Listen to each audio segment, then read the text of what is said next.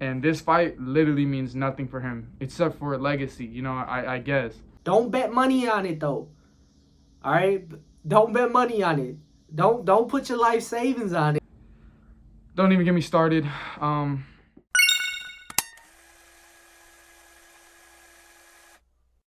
is up, amateurs? We are back with another video. First of all, consistency, bro. We've been going crazy, dropping every week. So make sure you turn on your post notice so you catch all our videos. But this week, we got UFC 279. I know a lot of people might be a big fan of this card, but the more I look at it, the more it kind of is pulling away from me. And I say this because Nate Diaz versus Hanza. What does this fight really mean? You know, Nate Diaz is no longer ranked. He's way out of his prime, 37 years old. Hamzat is one of the craziest athletes I think anybody's ever seen in MMA. He's on a crazy win streak. And this fight literally means nothing for him, except for legacy, you know, I guess. But to jump straight into it, we do have guys like Johnny Walker and Ian Cutabella. Watching a couple of Johnny Walker's last fights, he's starting to struggle, honestly, with his chin. He's having a hard time eating shots and getting out of the way of big shots. His last fight, he got finished by Jamal Hill. But Ian Cutabella, I think both of their problems together is they fight with a lot of emotion. Expect to see fireworks in that weigh-in and that press room. And if I'm being honest, bro, I honestly could not tell you who's gonna win that fight. But I think I'll lean more towards Johnny Walker. I just think he's super long and he's very explosive, and that's always dangerous. And I'm not gonna sit here and try to guess who these females are, so sorry, but I'm not going over that fight. Jillian versus Tony Ferguson, though. Like I'm so happy to see Tony Ferguson fight, but out of anybody he could have fought right now, I really think Jillian is not a safe fight for him. Tony Ferguson has fought at 155. I think his entire career, he's never felt the power. And Jillian is that guy who brings the power and very dangerous.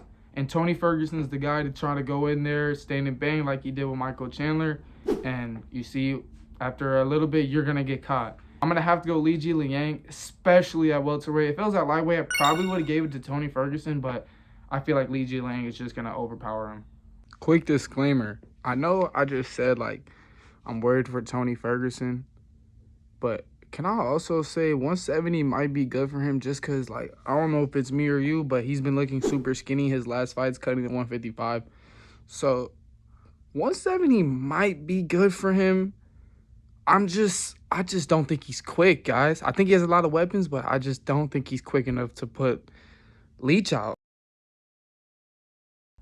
For the main event, I think a lot of people are thinking no question it's Hamza, and I'm pretty sure it's Hamza, but after that last pay-per-view, you don't know what's gonna happen. So what I will do is Nate Diaz's cardio is top tier. I want to say he has really good submission game as well. I'm not sure how it's gonna work against a guy who's as strong as Hamza, who literally has fought in middleweight, while Nate Diaz has fought in 155 and 170. Don't even get me started. But if Nate Diaz were to win, it would probably come via submission or a big shot late in the round. What I do think is going to happen, I think Hamza is going to come at him very aggressively in those first two rounds, that first round, and just either put Nate Diaz out, take him down, or submit him. Other than that, I appreciate you guys. Thanks for watching. What's up, MMA amateurs? How you guys doing? How you guys feeling? It's your boy, the kid. I know you guys just heard Frank's predictions. These are my predictions for UFC 279. The first fight we're gonna get into is Walker versus Cutabella. Cutabella, I've seen a couple of his fights. I know he brings the energy. He is an exciting fighter. But what I know him for is dressing up one day as the Hawk. He did, like, it was a press conference and he was painted all green. That's what I remember him for. But I did watch his last fight and it was pretty exciting. So I do expect this one to be exciting as well. But I do have to go with Johnny Walker just because, I know that his chin's been kind of gone. But I do agree with Frank. I feel like he's the lengthier fighter. I know he's 6'6", and I feel like he would have a better reach on him. And he's a lot longer than him. So I do give Johnny Walker the W. Another exciting fight that I want to cover, guys. That Frank, I don't know why he didn't cover this one. Kevin Holland versus Daniel Rodriguez. This one is flying under the radar, guys. I'll tell you why. Daniel Rodriguez is a monster. The last fight that he fought, I want to say was Mike Perry, and I mean, he dogged Mike Perry. He dogged him, and then he also fought Kevin Lee too as well, and he beat him as well. So he's been beating these big names, and I feel like he's one of those fighters that are not as big as they need to be. And this, I feel like if he beats Kevin Holland, this is gonna be the thing that kind of get him over. You know, I've been a fan of him. I think he's an underrated fighter, to be honest. He's really, really good, and I think this fight is very underrated. And I am gonna go with Rodriguez. I think Rodriguez is gonna win via decision. Moving on to the co-main event, Tony Ferguson versus Jillian. You know, Tony Ferguson, man, after that knockout by Michael Chandler, you know, my question is he the same fighter? Is he the same Tony Ferguson that we know? The one that was going to fight Khabib, the one that, you know, had the intermittent bell, was calling everybody out, the people didn't want to fight him. Do I think that he's that same fighter? I do not. I don't. I think Father Time is catching up to him. I think that he's getting older. And after that KO from Michael Chandler, I don't see a recovery or a comeback. And Jillian, I mean, he brings the energy. You know what I'm saying? I know Hanza Chimaev like ragdogged him, but I do think that he still is a solid fighter. And I think that he gets the W. And I think it's a knockout. I want to say second round knockout. Out of main event, Nate Diaz versus Hanza Chimaev. I mean, we got the gangster straight from Cali, Stockton, baby, out here smacking people.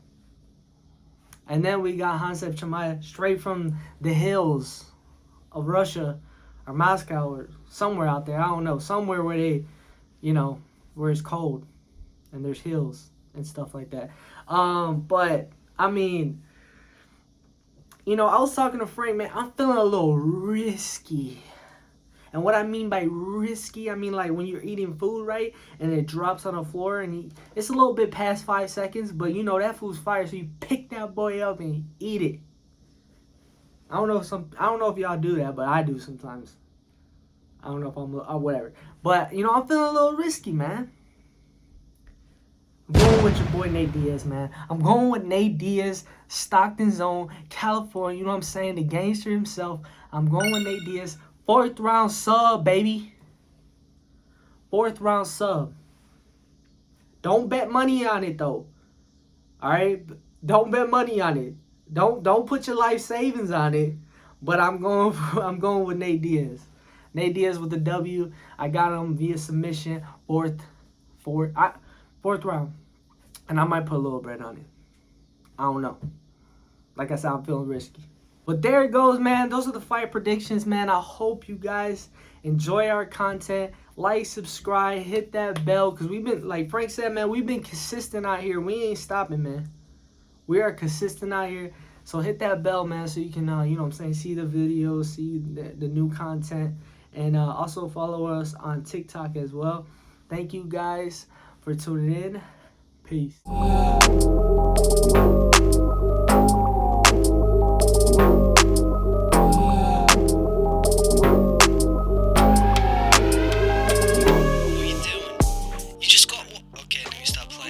What's up? It's the kid. You just got done watching an LS production.